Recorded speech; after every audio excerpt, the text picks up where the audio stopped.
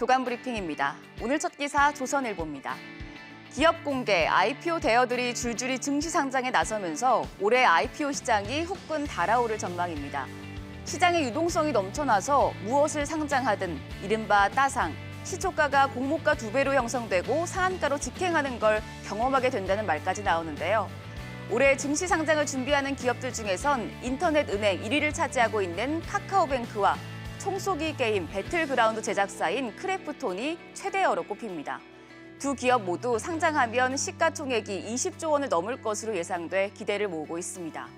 이 밖에 국내 증시와 뉴욕 증시 상장을 동시에 검토하는 야놀자, 국내 7위 건설사인 현대엔지니어링, 또 SK이노베이션 자회사인 SKI테크놀로지 등도 상장을 계획 중인데요.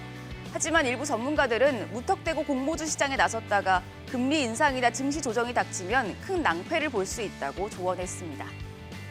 다음 기사는 한겨레 신문입니다. 현대자동차가 올해 1분기 5년여 만에 최대 실적을 올렸습니다. 자동차 산업 수요 회복과 함께 신형 투싼과 제네시스 등 마진이 높은 차종 판매가 늘어났기 때문인데요. 현대차의 1분기 영업이익은 1조 6,566억 원으로 지난해 같은 기간보다 91.8% 급증했습니다. 올해 사명과 로고를 바꾼 기아도 영업이익이 전년 동기 대비 142.2% 증가하는 등 실적이 큰 폭으로 개선됐습니다. 하지만 앞으로의 전망은 불투명합니다. 최근 전 세계를 강타한 차량용 반도체 공급 부족 문제가 길어져 완성차 업체들의 부품 확보 경쟁이 본격화하면 현대차 역시 판매와 실적 목표 달성에 차질을 빚을 가능성이 있습니다. 계속해서 세 번째 기사 매일경제신문입니다. IT 플랫폼 기업의 법조인 영입 바람이 불고 있습니다.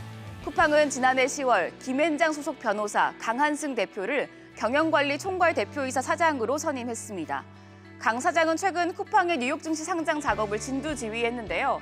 지배구조와 노동, 공정거래 이슈 등 쿠팡 안팎의 복잡한 이슈에 날카로운 해법을 제시하는 해결사 역할을 톡톡히 하고 있다는 평가가 나오고 있습니다. 한편 배달 애플리케이션 배달의 민족을 운영하는 우아한 형제들은 판사 출신 김상원 전 네이버 대표를 부회장으로 영입했습니다. 김 부회장은 공정위 이슈와 소상공인 관련 사업 등을 담당할 것으로 전해집니다. 업계에서는 IT 기업에 대한 새로운 규제가 다수 발생할 움직임이 나타나면서 법률 전문가 영입이 활발해질 것으로 내다봤습니다. 한편 SK이노베이션은 그린 에너지 소재 기업으로 거듭나는데 박차를 가하고 있습니다.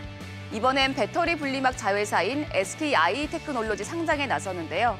이 분리막은 배터리 내부에서 양극재와 음극재가 접촉하지 않도록 분리해 합선을 방지하는 핵심 소재입니다. SKI테크놀로지는 분리막 시장 주도 분야인 습식 분리막 시장에서 점유율 26.8%, 세계 1위를 차지하고 있습니다. 앞서 SK이노베이션은 대한석유공사 유공으로 출발한 기업 정체성을 뒤로하고 그린에너지 소재 기업이라는 뉴 아이덴티티에 속도를 내고 있는데요. 올해 3월엔 폴란드 배터리 분리막 신규 공장에 역대 최대 금액인 1조 1,300억 원 투자를 발표하기도 했습니다. 오늘 마지막 기사 중앙일보입니다. 암호화폐에 투자자가 몰리며 시장이 과열하고 거래대금이 폭증하는데 가격 상승세에는 제동이 걸렸습니다. 묻지마 코인의 기세가 수그러들고 있다고 신문은 전했는데요. 상장 30분 만에 무려 1,000배나 폭등하며 치솟았던 아로나와 토큰은 고점 대비 30% 넘게 폭락하고 있고요. 도지코인은 물론 비트코인과 이더리움, 리플까지 모두 하락했습니다. 전문가들 사이에선 암호화폐 시세가 단기적으로 하락할 수 있다는 전망이 나오는데요. 스콧마이어드 구겐하임 파트너스 최고 투자 책임자는 CNBC 방송에 출연해 비트코인에 거품이 끼었다며 개당 2만에서 3만 달러까지 떨어질 수 있다고 생각한다고 말하기도 했습니다. 지금까지 조간 브리핑이었습니다.